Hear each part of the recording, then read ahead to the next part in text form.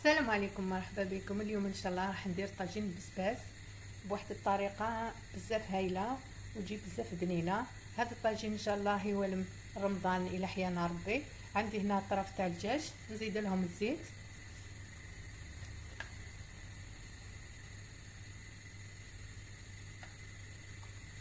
نزيد لهم حبه تاع البصل مسكرفجه،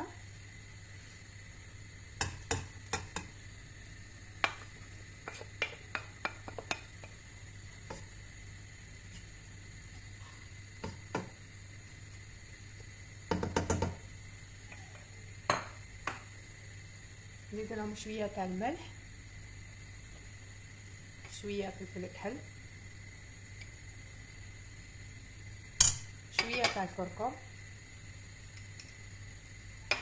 هكا برك.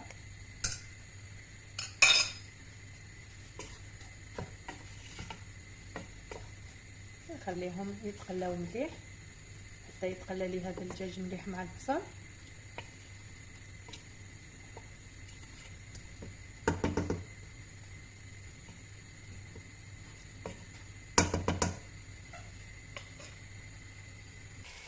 نزيد لهم نص حبه طماطيش مسكرفجه،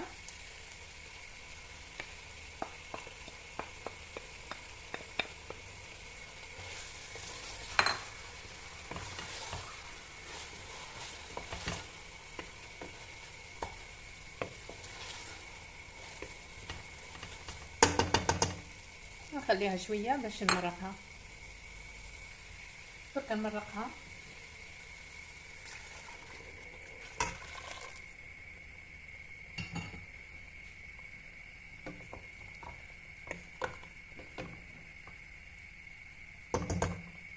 نغلق عليها ونخلي هذاك الدجاج يطيب ونروح نوجد البسباس.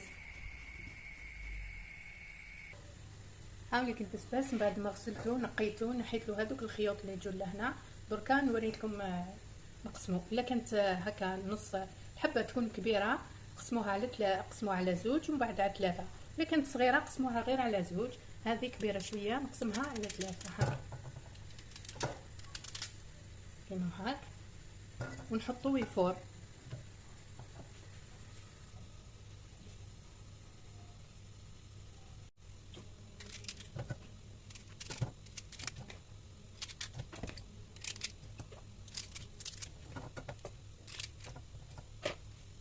ندير لهم شويه ملح هكا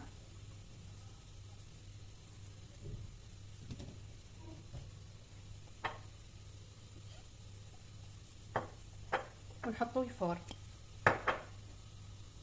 بعد ما طاب لي الدجاج نزيد له شويه حميصه طايبه،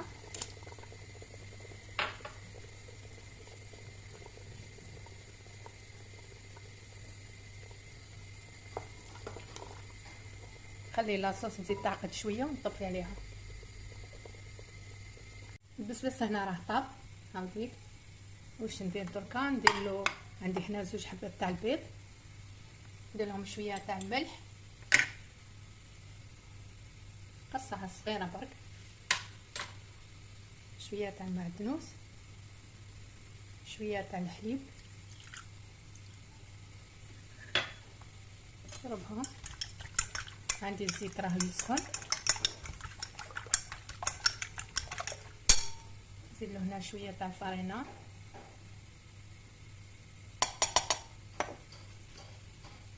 كيما نديرو الشوفلور، كيما نقلو الشوفلور.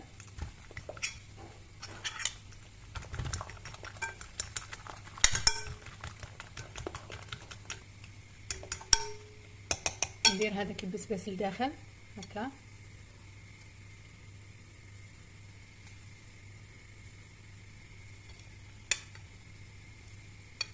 نغطيه مليح بهذاك البيض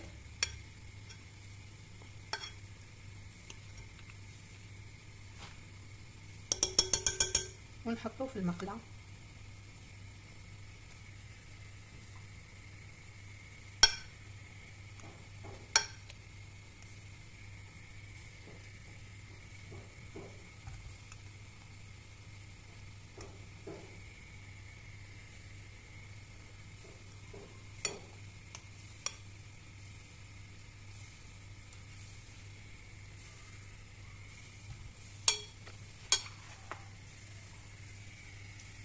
هاولي كيفاه.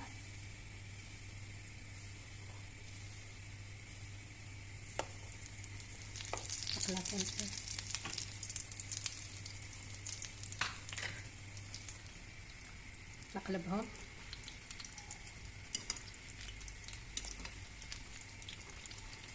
برك نكملهم كامل، نقليهم ونعاودهم.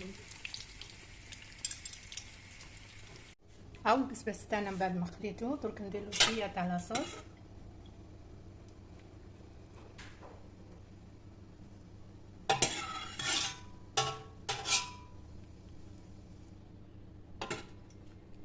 تكتروش لاصوص، غير شويه هكا.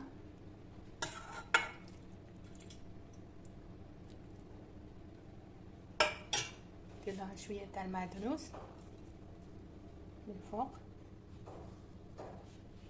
هذا الطاجين تاع البسباس يجي بزاف بنين، يجي هبل. نتمنى ان شاء الله تجربوه. نتلاقاو في وصفه واحده اخرى. مع السلامه.